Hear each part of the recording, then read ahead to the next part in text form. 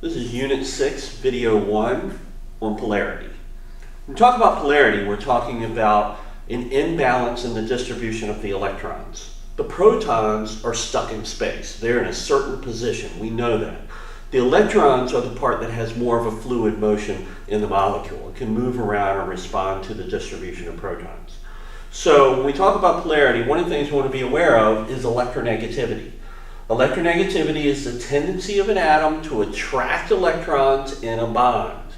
So once it's bonding, are the electrons being drawn to one atom versus another? Let me remind you of electronegativity on the periodic table.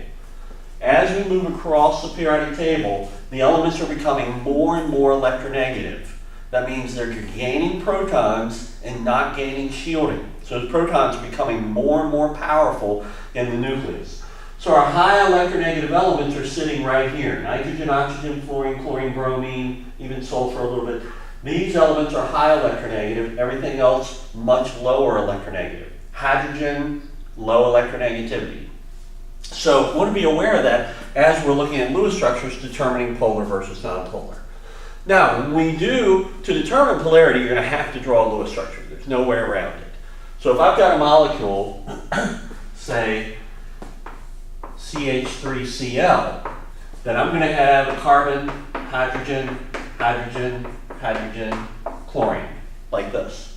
Now, one of the things we'll be aware of is we need some type of three-dimensional structure. We know this is tetrahedral. 4 electron clouds, no lone pairs. So we have a tetrahedral geometry here. So let's draw it tetrahedral.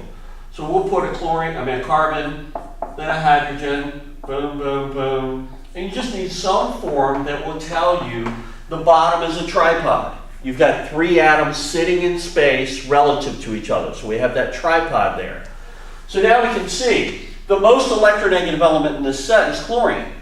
The hydrogen's a very low electronegativity, even lower than carbon. Chlorine is greater than carbon. So the electrons are being drawn in this direction. So we would say it is a polar molecule. There's nothing on the other side to equal the pole of the chlorine. We'll draw a bind dipole along that carbon-chlorine bond, and we'd say the molecule is polar.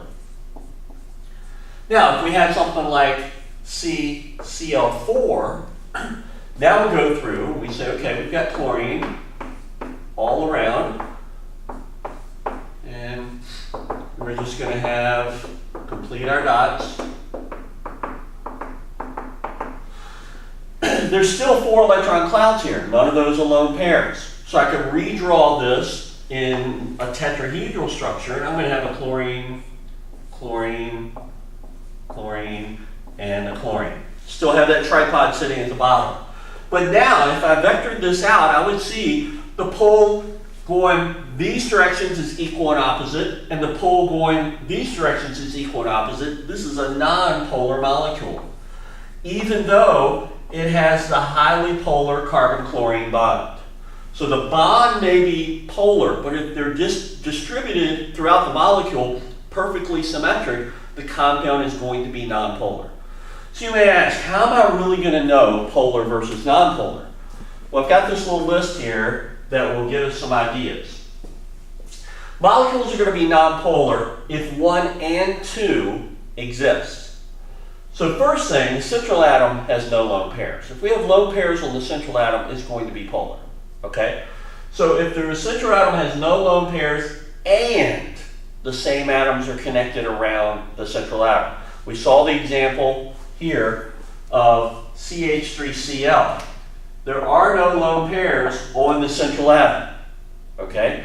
But the same atoms are not connected all the way around. So we get an imbalance. The electrons are being pulled in one direction.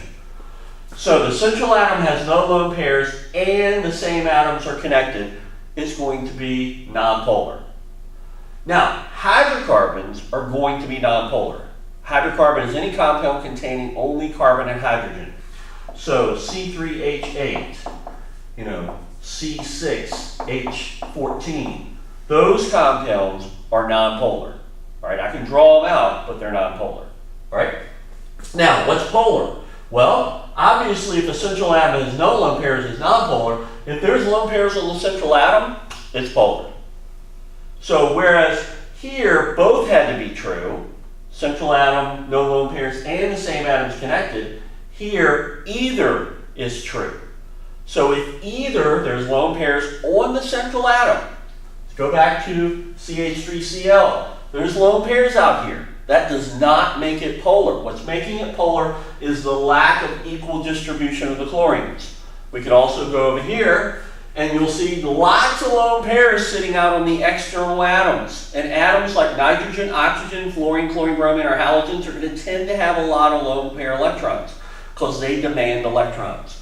Carbon, though, no lone pairs. So that's what we're talking about when we say no lone pairs on the central atom. So if there are lone pairs on the central atom, or there's different atoms connected, then it's polar. If we have high electronegative elements, that's what the EN stands for, electronegativity. If we have high electronegative elements connected, it tends to make compounds polar. Obviously, there's many examples.